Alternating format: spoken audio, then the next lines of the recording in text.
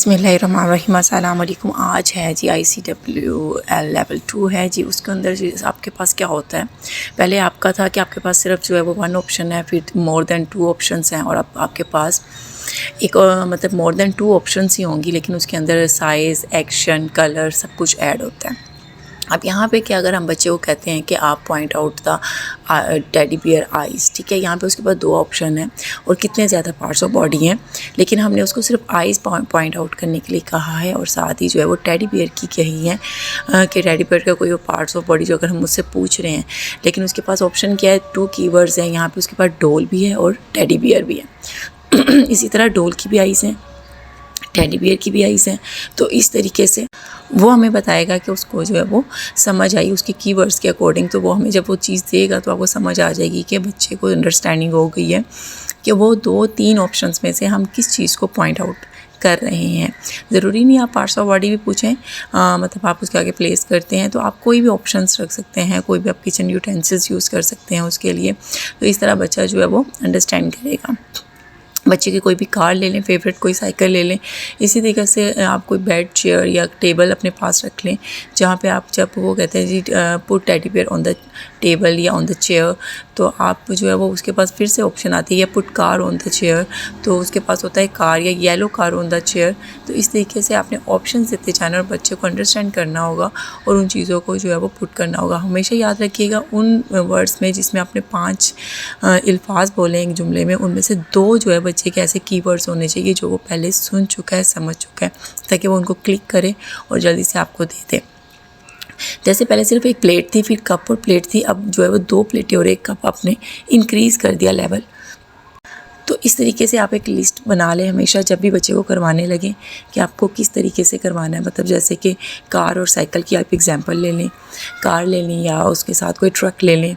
फिर जो है वो आपको एक put car on the chair, put table cycle in under the table. तो इसी तरह फिर कलर उसको ऐश कर दे, ब्लू मतलब red pink aeroplane on the yellow truck, या जो एरोप्लेन ऑन द ट्रक। सबसे पहले तो आपने सिंपल यूज़ किया ना, और दे दो। और जब भी कभी आप बच्चे के साथ ये करेंगे दे दो, तो कभी ये मत किए कि जो ऑप्शन आप उसे मांग रहे हो उसके ऊपर अपना हाथ रखें, हमेशा अपना हाथ साइड पे रखें। अगर बच्चे को समझ नहीं आ रही तो प्रॉम्प्ट दें, शुरू में पकड़ कर बताएं, ऐसा ऐसा प्रैक्टिस से वो समझ जाएगा कलर्स को, और जो है वो आपके इंस्ट्रक्शंस को फिर वो खुद से भी करेगा।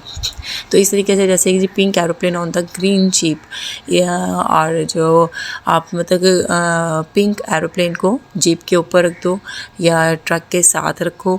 तो इस तरीके से आप ऑप्शंस दे रहे हैं, ठीक है। आप उसकी इंक्रीज़ कर रहे हो लेवल। दे दो से स्टार्ट हुआ था, यानी कि एक ऑप्शन थी दे दो, फिर 2 ऑप्शन हुई दे दो, उसमें कलर ऐड हुआ कि एक प्लेट को उठा के रख दो या एक प्लेट ऊपर रखो, नीचे रखो।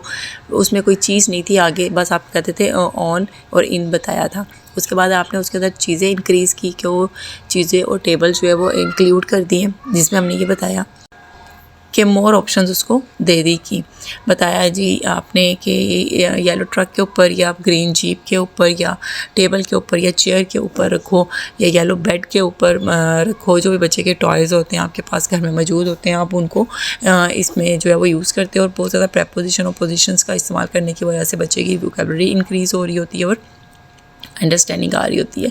इसके साथ ही आपने साइज़ भी बताना है कि अपने पास एक बड़ी प्लेट रख लें, एक छोटी प्लेट रख लें, बच्चे के आगे कुछ कार्ड्स रख दें या कोई चीज़ें खाली बॉक्सेस में बना लें। तो उसको ये बताया ना, जैसे orange small cat want to eat, ठीक है, एक छोटी बिल्ली को बनाना खाना है या दूध पीना है, तो वो पता है ग्रीन बिल्ली बड़ी बिल्ली को खाना है।